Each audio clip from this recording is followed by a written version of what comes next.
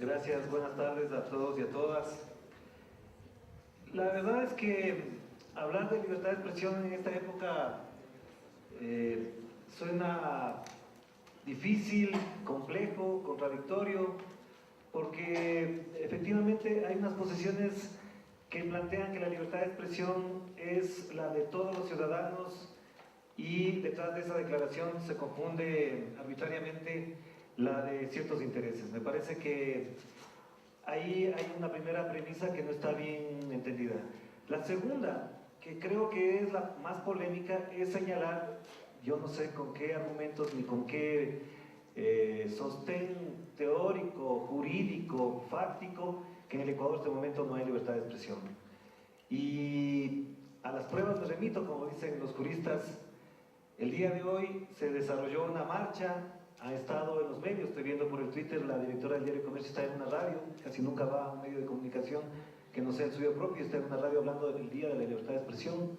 Se han realizado varios foros, en todos los medios de comunicación se ha hablado del tema, y en algunos de los actores de esos debates y foros se habla de que no hay libertad de expresión en el Ecuador. Y ahí me parece paradójico, es como que en un partido de fútbol alguien esté jugando y le digan que el árbitro está vendido y va ganando el equipo que denuncia que el árbitro está vendido.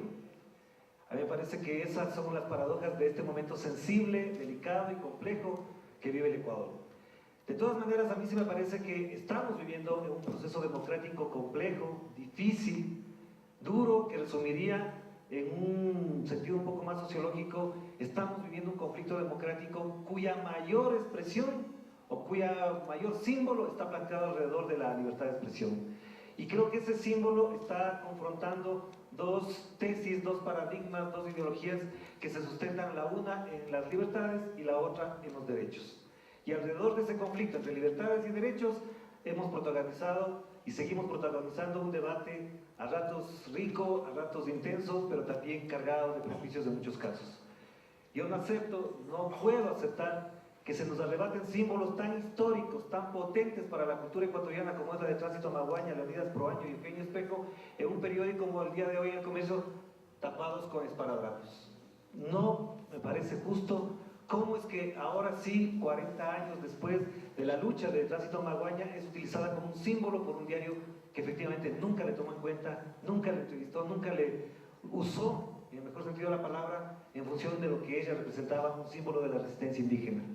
Y mucho menos a Leonidas Proaño, que ahí podemos entrar en otras susceptibilidades ya de carácter religioso e ideológico. Por eso diría yo que el momento es complejo, el momento es difícil, pero lo que creo que en el fondo sí está en riesgo es la capacidad de ser críticos por parte de los periodistas. El día de hoy ocurrió un hecho simbólicamente trágico, diría yo, hasta cierto punto. Y es que la Unión Nacional de Periodistas, que debe defender los derechos de los periodistas, que debe velar por los derechos de los periodistas, se haya unido a la marcha con Guadalupe Mantilla, dueña de un medio de comunicación, y no se hable el día de hoy de ninguno de los problemas que atraviesan los periodistas de los medios de comunicación desde el campo laboral, desde el campo profesional y desde las condiciones de trabajo de los periodistas en los medios de comunicación. A mí me parece lamentable que eso ocurra, que eso se dé en el Ecuador, porque distorsiona absolutamente, primero, la condición de un gremio que defiende los intereses y los derechos de los periodistas, y segundo, que se mezclen dos cosas fundamentales. Primera, que la libertad de expresión, como se dijo aquí, no va a abundar en los conceptos más académicos y doctrinarios sobre el tema. La libertad de expresión no es un problema, no es una exclusividad de los medios de comunicación ni tampoco solo de los periodistas. La libertad de expresión es ante todo un derecho ciudadano de los ciudadanos y de las ciudadanas. No hay por dónde confundirse ahí, no hay por qué hacerse bolas con eso. Y los periodistas en algunos medios de comunicación lo que menos tienen es la capacidad o la libertad de expresión al interior de sus medios. Y eso lo hemos vivido. Y me da vergüenza haberlo soportado por muchos años también esa situación y no haber generado un corporativismo periodístico para luchar por eso y no haber logrado las conquistas que necesitamos ahora. Ahora bien, la segunda parte de lo que quería decir es, esto que ocurre el día de hoy no es gratuito, no es inocente, no ocurre porque vino del cielo el Espíritu Santo y les iluminó a algunos para que podamos movilizar a gente que se pone la camiseta de yo soy periodista, como que los que no estamos en esa marcha dejamos de ser periodistas. ¿Quién les ha dicho a los señores del Diario de Comercio y a la UNP que nos tienen que calificar ellos de quiénes somos, no son periodistas, y poner una camiseta? Si yo me aparezco en esa marcha, prácticamente soy linchado, porque ya no soy periodista, porque ellos se han abrogado el derecho a calificar quiénes son periodistas en este país. Y eso me parece relevante, pero al mismo tiempo triste. Y segundo, lo que quiero decir con absoluta franqueza es que lo que está en juego es la pregunta 3 de la consulta. No hay discusión alguna sobre eso, y que nos camuflen con portadas, con ediciones. Hoy el Diario de Comercio regaló su edición, regalan. Qué generosidad más grande la del Diario de Comercio de haber regalado el día de hoy su edición. Y cuando el Telégrafo se regalaba, nos sacaban el aire en todos los comentarios. Eso hay que tenerlo en cuenta, por supuesto. Yo digo con absoluta franqueza, y esto me parece que puede ser asumido o tomado como una posición política, pero yo creo que la única pregunta revolucionaria de la consulta, de las 10 es la pregunta 3. No desmerezco las otras. Y tengo mis críticas sobre las otras. Tengo un sí flojo en alguna pregunta.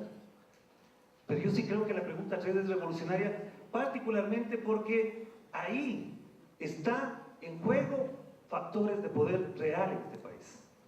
Ahí se están jugando cosas reales en relación al poder de este país.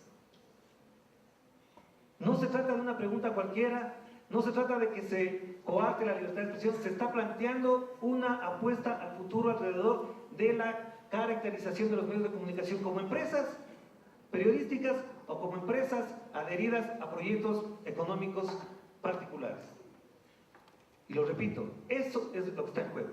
Por eso a mí no me cabe en la cabeza, y con todo el respeto y cariño que tengo con Alberto Acosta, con los del MPD, con Pachacuti, con Gustavo Larrea, con Ruptura de los 25, entre otros, que digan no a esa tercera pregunta. Porque con ellos hemos venido luchando desde hace muchos años porque ese problema que existe en el Ecuador, que es ese factor de poder que existe en los medios de comunicación, se acabe de una vez por todas.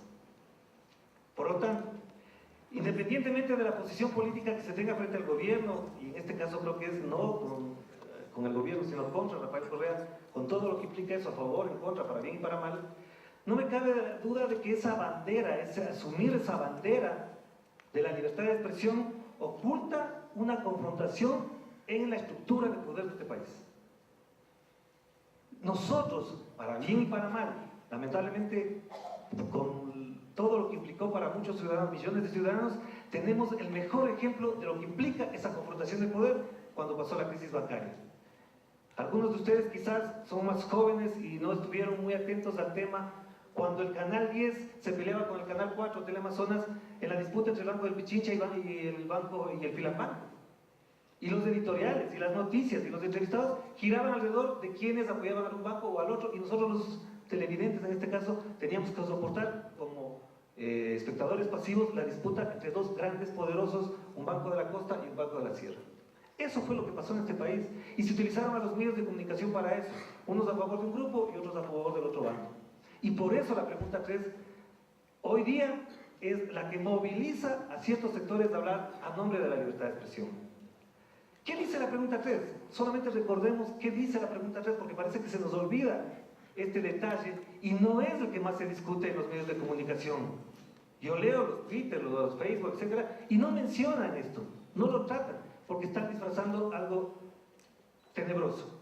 La pregunta 3 dice, ¿está de acuerdo con prohibir que las instituciones del sistema financiero privado, así como las empresas de comunicación privadas de carácter nacional, sus directores y principales accionistas, sean dueños o tengan participación accionaria fuera del ámbito financiero o comunicacional, respectivamente? ¿Qué tiene que ver con la libertad de expresión esto? Nada. Está hablando de la estructura empresarial y accionaria, si se quiere ver así, de los medios de comunicación. Eso es lo que está planteado. Ahora, si el pueblo dice que no, sigamos en este juego, sigamos luchando, habrá que seguir peleando por esto, pero eso es una pelea que los compañeros que me acompañan en el panel y otros muchos más saben que se lleva por muchos años esto, solapadamente, abiertamente.